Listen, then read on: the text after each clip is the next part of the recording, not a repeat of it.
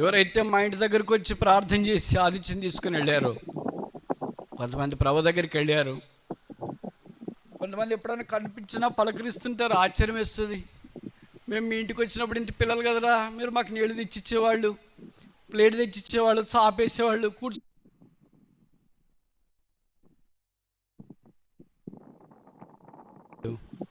పరిచయం చేసే అవకాశంలోనికి వచ్చిన దేవుని ప్రజలారా, చేతులెత్తి మీకు మనవి చేస్తున్నా, ఆత్మీయమైన దేవుని సేవకులు మీ దగ్గరికి వచ్చినప్పుడు, ఆత్మీయమైన పరిచారకులు మీ దగ్గరికి వచ్చినప్పుడు ఆదిత్యంలో లోటు చేయొద్దు.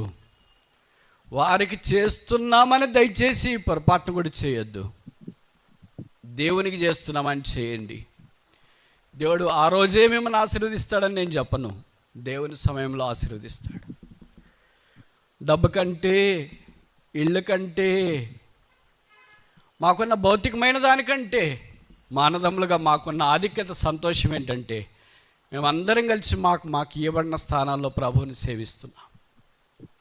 కొంతమంది ఎప్పుడైనా సరదాగా పెద్ద సేవకులు అంటారు, మీరందరూ నలుగురు కలిసి సంఘమే పెట్టేటట్టున్నారే అని.